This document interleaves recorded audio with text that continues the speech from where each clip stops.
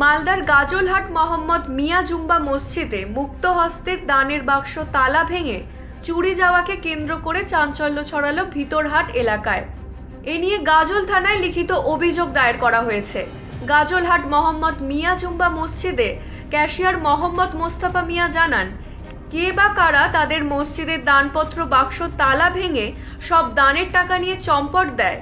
এরপর তারা মসজিদে নামাজ পড়তে এসে তাদের চোখের নজর পড়তেই চক্ষু চড়ক গাছ হয়ে পড়ে।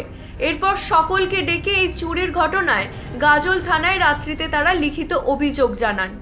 যদিও তাদের মসজিদে সিসি ক্যামেরা নজরবন্দি রয়েছে, সে বিষয়ে গাজল থানার পুলিশ এসে সিসি ক্যামেরায় খতিয়ে দেখবেন এবং দানপত্র বাক্সের চুরির ঘটনায় দুষ্কৃতীদের আটক করে দৃষ্টান্তমূলক সাজার দাবি জানান, যাতে এই ধরনের ঘটনা পরবর্তীতে দুষ্কৃতীরা কোনো মসজিদে না করে। এছাড়াও জানান, তাদের দানপত্র বাক্সে আনুমানিক 10,000 টাকা ছিল। গাজলহাট মীর মোহাম্মদ মিয়া জুম্মা মসজিদে দানপত্রের বাক্সা থেকে তালা ভেঙে কে বা কাহারা টাকা পয়সা নিয়ে চোপট হয়ে যায়। আমি যখন বেলা 2টোর সময় জোহর ওয়াক্তের নামাজে আসি, তখন আমাকে একজন বললেন যে ভাই, তোমাদের বাক্সা থেকে টাকা পয়সা চুরি হয়ে গেছে। তখন আমি লক্ষ্য করি যে ঠিকই তালা ভাঙা অবস্থায় বাক্সা পড়ে রয়েছে এবং বাক্সার ভিতরে কোনো টাকা পয়সা নাই।